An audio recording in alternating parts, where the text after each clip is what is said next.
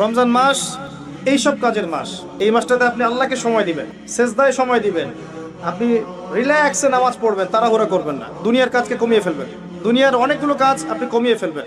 রমজান আমরা দেখি আমরা দুনিয়ার কাজে ব্যস্ত হয়ে যাই, আর মা বোনরা রান্নার কাজে ব্যস্ত হয়ে যায়। এই কাজ করবেন না। এত বেশি রান্নার তো প্রয়োজন নেই আমার। ভাত রান্না করবেন, একটা মূল তরকারি, সাথে সবজি বা সালাদ, এরকম কিছু। এত 10টা 20টা আইটেম করতে হবে কি জন্য? এত খেতে হবে কেন? আমরা কি দুনিয়াতে খেতেই আসছি? দুনিয়াতে আসছি কি জন্য? আমরা কি খাওয়ার জন্য বাঁচবো না বাঁচার জন্য খাবো? কোনটা? কিছু কিছু মানুষ খাওয়ার জন্যই বাঁচে, আর কিছু মানুষ বাঁচার জন্য খায়। নবী সাল্লাল্লাহু আলাইহি ওয়াসাল্লাম কি খাওয়ার জন্য বাঁচতেন? তিনি বলছেন, যদি খেতেই হয় মুসলিমদেরকে, তাহলে তারা যেন 1 ভাগ খায়, পেটের 1 ভাগ খায়, আরেক ভাগ পানি দিয়ে পূর্ণ করে, আরেক ভাগ ফাঁকা রাখে। আমাকে দেখান তো কতজন মানুষ এই সুন্নাহ পালন করে। পারলে আমরা 7 পেট খাই, 7 পেট। প্রিয় ভাইয়েরা, এগুলো আমাদেরকে ভোগবাদী করে তুলবে, বস্তুবাদী করে তুলবে।